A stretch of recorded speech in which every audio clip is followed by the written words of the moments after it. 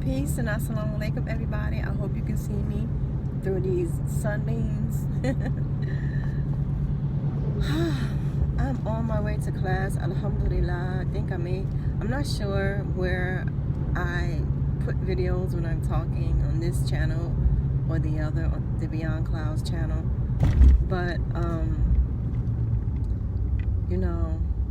I guess I mentioned at some point here that I had taken off last semester because of what my family is going through with my son being murdered back in July. And so I took off last semester to, have some sort of semblance of grieving, because again, there's so much that I'm dealing with in this. And so I guess I don't know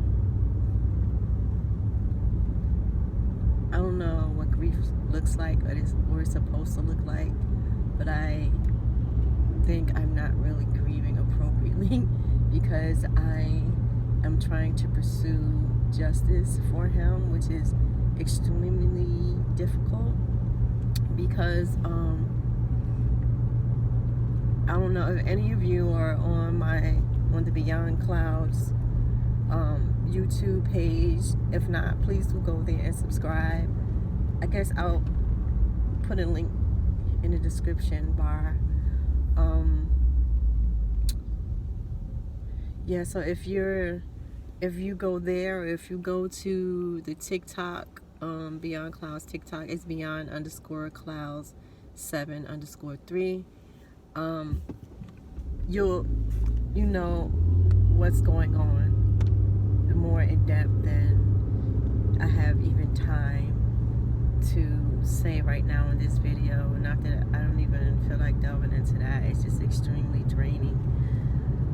But suffice to say, I took off the semester to deal with a lot of things pertaining to my son being murdered. And so today is my first day going back.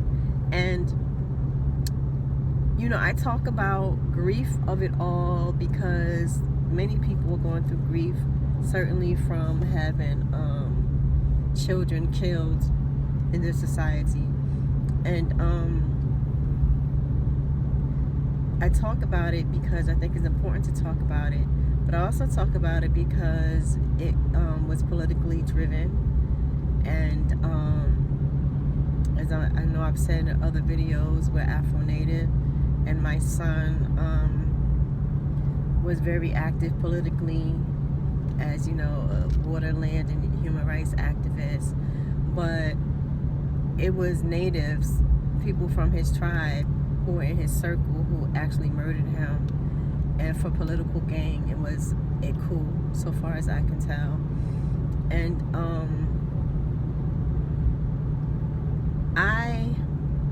for years, I've wondered about like the families of Malcolm X, Martin Luther King, Medgar Evers, all these fallen heroes to us that we, conjure up whenever it's convenient or whenever we want to insert them into a conversation or an essay paper or what have you. But their families live with this constantly. And I've often wondered, like for years and years and years, if for their families and for them themselves, because I believe that we still have a consciousness after we transition, I wonder if they feel like it was worth it. And one of the things that bothers me on a far more personal level now is how people romanticize revolution and fighting for the people. I would say much more so nowadays. And I know this personally on a very personal level now, as my son again was very political, and very successful in fighting for the people, indigenous people, his father's tribe in particular, and how people not really down for anything. I've said to people many times that my son's name is Murid Abdullah Muhammad, but his native name is Nishwak Akumakwak, and it translates into English as two clouds. So that's what, you know, people call him, two clouds. And I've said to people many times that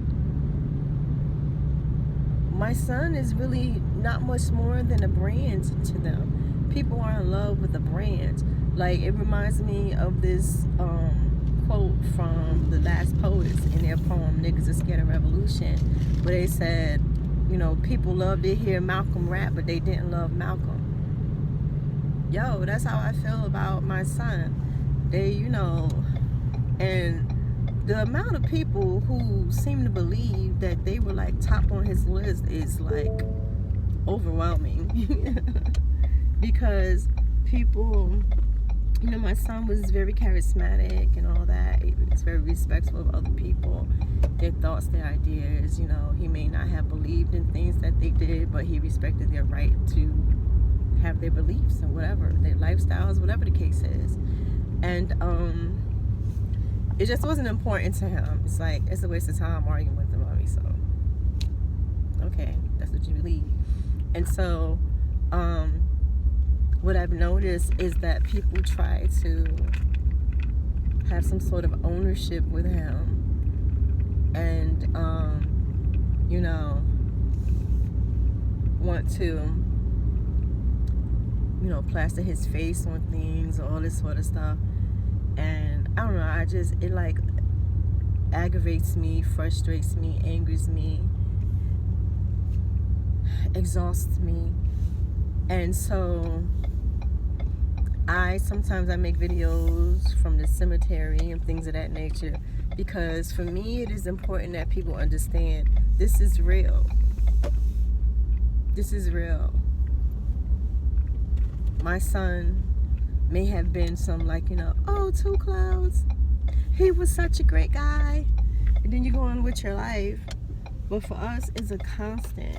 And so there are days where I, you know, as I said in another video, I've developed anxiety because of this.